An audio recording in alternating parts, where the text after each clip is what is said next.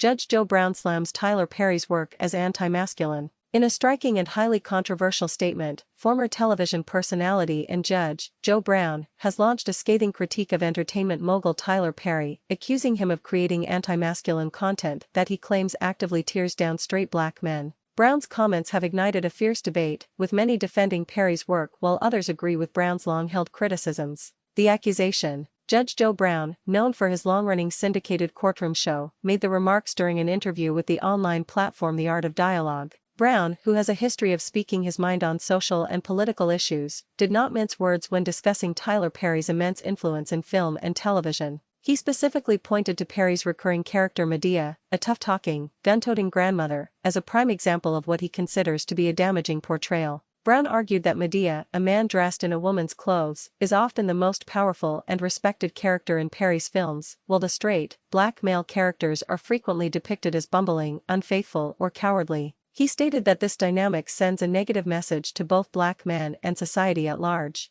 Brown referred to Perry's work as poison, claiming it serves to feminize and belittle straight black men, making them appear weak and incompetent compared to the strong female and often matriarchal figures in the films. The context and long-standing debate. This is not the first time Tyler Perry's work has been the subject of this kind of criticism. For years, some critics have argued that his films, particularly those centered on Madea, perpetuate negative stereotypes about black men. These critics often point to the formulaic nature of Perry's plots, where a strong, often church-going black woman overcomes the obstacles posed by her weak or immoral male counterparts. The argument is that while Perry's work is successful, it lacks a nuanced and positive representation of black men, a critique that Brown has now brought to the forefront. Conversely, Tyler Perry has a massive and loyal fanbase that vehemently disagrees with this assessment. They argue that Perry's films are not meant to be high art, but rather are for entertainment and often contain important messages about faith, family, and forgiveness. They see the Madea character not as a stereotype,